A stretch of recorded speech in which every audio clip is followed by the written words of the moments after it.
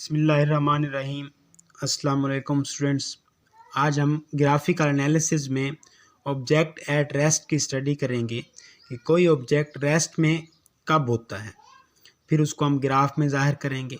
अगर कोई जिस्म वक्त के गुज़रने के साथ फासला तय ना कर रहा हो तो उसका मतलब हुआ कि वो जिस्म रुका हुआ है, मतलब जिस्म रेस्ट में है। If the distance moved by the object with time is zero, that is the object is at rest। तो इसको ग्राफ में ज़ाहिर करने के लिए हम डिस्टेंस और टाइम के दरमियान एक ग्राफ बनाएंगे। टाइम को हॉरिजॉन्टल एक्सिस पे लेंगे और वर्टिकल एक्सिस पे डिस्टेंस को। सपोज करें कि एक कार पॉइंट ए पर मौजूद है और वो एक जगह पे रुकी हुई है, फासला तय नहीं कर रही। तो सपोज़ करें कि वो जब 5 सेकंड गुजर गए, कार उसी ए पॉइंट पर मौजूद है। फिर 10 सेकंड गुजर गए, कार ए पॉइंट पर मौजूद है। 15 सेकंड गुजर गए, कार एक ही पॉइंट पर मौजूद है। तो इसका मतलब हुआ वक्त के गुजरने के साथ कार का फासला ज़ीरो है, कार फासला तय नहीं कर रही, तो वो रेस्ट में होगी। तो ये रेड लाइन जो हॉरिजॉन्टल लाइन है और टाइम एक्सिस के पैरेलल भी है, जाहिर कर रही है कि ऑब्जेक्ट की स्पीड ज़ीरो है क्योंकि उसका फासला ज़ीरो है। Horizontal line parallel to time axis on distance time graph shows that speed of object is zero. Next graphical analysis में है object moving with constant speed, कि ऑब्जेक्ट कांस्टेंट स्पीड से move कर रहा हो तो उसका ग्राफ बनाना है हमने। तो ये ग्राफ आपको तैयार भी होना चाहिए, शॉर्ट क्वेश्चन के तौर पर भी आ सकता है कि draw graph when object moving with constant speed. तो ग्राफ ये आपने प्रैक्टिस करनी है। तो यूनिफॉर्म स्पीड या कांस्टेंट स्पीड क्या होती है? जब कोई ऑब्जेक्ट इक्वल डिस्टेंस कवर करे इक्वल इंटरवल्स ऑफ टाइम में, तो वो कांस्टेंट स्पीड में होगा या यूनिफॉर्म स्पीड में होगा। A body has uniform speed if it covers equal distances in equal intervals of time. तो जब हम कांस्टेंट स्पीड का ग्राफ बनाएंगे तो ये ग्राफ एक स्ट्रेट लाइन बनेगी, एक सीधी लाइन होगी। तो ये आपने याद रखना है, distance time graph is a straight line when object is in constant speed. और इसका दूसरा point, it's slope gives speed of object. Distance time graph में जो स्लोप होगी वो हमें स्पीड देगी, मतलब हम उससे स्पीड ड्राइव कर सकते हैं। अब ग्राफ बनाते हैं। हमने हॉरिजॉन्टल एक्सिस पे टाइम को लेना है और वर्टिकल एक्सिस पे डिस्टेंस को।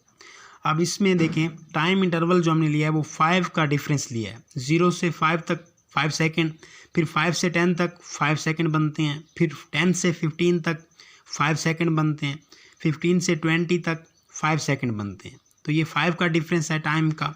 इसी तरह डिस्टेंस का जो हमने डिफरेंस लिया है वो है 0 से 10, मतलब 10 मीटर हो गए। 10 से 20 10 मीटर, फिर 20 से 30 ये भी 10 का डिफरेंस है, 30 से 40 ये भी 10 का डिफरेंस है। तो इसका मतलब हुआ 0 से 5 सेकंड के टाइम में कार ने 10 मीटर कवर किया, मतलब 5 सेकंड में 10 मीटर डिस्टेंस हुआ। फिर अगले 5 सेकंड में अगले 10 मीटर, फिर अगले 5 सेकंड में अगले 10 मीटर। टाइम का जो डिफरेंस है या जो इंटरवल है वो 5 है और डिस्टेंस जो है वो 10 है। हर 5 सेकंड में जो 10 मीटर डिस्टेंस कवर हो रहा है, तो इसका मतलब इक्वल डिस्टेंस है इक्वल इंटरवल ऑफ टाइम में।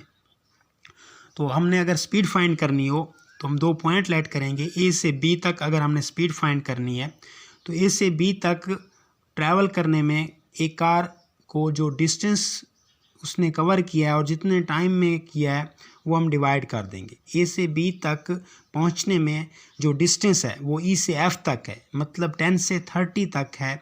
तो ये डिस्टेंस टोटल बन जाएगा 20 मीटर। और इस तरह ए से बी तक ट्रैवल करने में जो टाइम है वो है 5 से 15 सेकंड तक। तो 5 से 15 तक अगर काउंट करें तो वो बनता है 10 सेकंड। तो डिस्टेंस डिवाइड बाय टाइम करेंगे तो speed of object is equal to slope of line A B. Slope of line A B क्या है? इसमें डिस्टेंस ई एफ है और divide by time C D है। इस स्लोप के अलॉन्ग डिस्टेंस हम वर्टिकल लाइन पे यूज़ करेंगे और टाइम के लिए हम हॉरिजॉन्टल लाइन यूज़ करेंगे। तो डिस्टेंस जो है वो ई एफ है, वो है 20 मीटर और टाइम जो है वो सी डी है, सी से डी तक हुआ है 10 second. 20 divide by 10 is equal to 2 metre per second. इसको मज़ीद क्लियर करने के लिए अगर मैं वही लाइन ए बी जो स्लोप है ग्राफ के अंदर उसको साइड पे ले लेता हूँ कि ए से बी तक अगर हम डिस्टेंस देखें तो वो ए से बी तक डिस्टेंस है 20 मीटर, मीन्स 10 से 30 तक टोटल बनता है 20 मीटर। और ए से बी तक ट्रैवल करने में एक कार को जो टाइम लगा है वो 5 से 15 सेकेंड मतलब 10 सेकेंड है। तो ये डिस्टेंस ओवर टाइम हमारे पास स्पीड हो जाएगी। नेक्स्ट है ऑब्जेक्ट विद वेरिएबल स्पीड। इसको हम नेक्स्ट लेक्चर में स्टडी करेंगे। आज के लेक्चर में हम एग्जांपल नंबर 2.5 को सॉल्व करते हैं।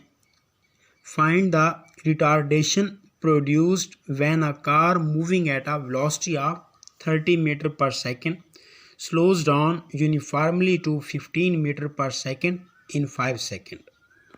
एक कार की initial velocity 30 metre per second है, उसकी final velocity 15 metre per second है और टाइम जो गिवन है वो है 5 सेकेंड। तो हमने फाइंड करना है एक्सेलरेशन। बेसिकली एक्सेलरेशन को ही फाइंड करेंगे, उसकी वैल्यू जब नेगेटिव होगी तो वो रिटार्डेशन कहलाएगा या डिसलरेशन कहलाएगा। तो इसमें कार जो है वो रेस से स्टार्ट नहीं कर रही बल्कि वो पहले से जब हमने ऑब्जर्व किया वो मूव कर रही थी, तो इसकी इनिशियल वेलोसिटी इसलिए हम 30 लेंगे। कुछ टाइम के बाद जो वेलोसिटी हुई है वो हमारी फाइनल वेलोसिटी होगी। तो एक्सेलरेशन का फार्मूला पुट कर देंगे। Acceleration is equal to V F minus V I over T. V F की वैल्यू 15 मीटर पर सेकेंड है, माइनस वी आई की वैल्यू 30 है, डिवाइड बाय टाइम 5 सेकेंड। अब 15 माइनस 30 माइनस का 15 आएगा, 5 पे जब डिवाइड करेंगे माइनस का 3 मीटर पर सेकेंड। अब एक्सेलरेशन की वैल्यू माइनस में आ चुकी है तो इसी एक्सेलरेशन को अब रिटार्डेशन या डिसलरेशन कहा जाएगा। ये था हमारा आज का लेक्चर जिसमें हम ग्राफिकल एनालिसिस और एक एग्जांपल को सॉल्व किया है। अल्लाह हाफिज़।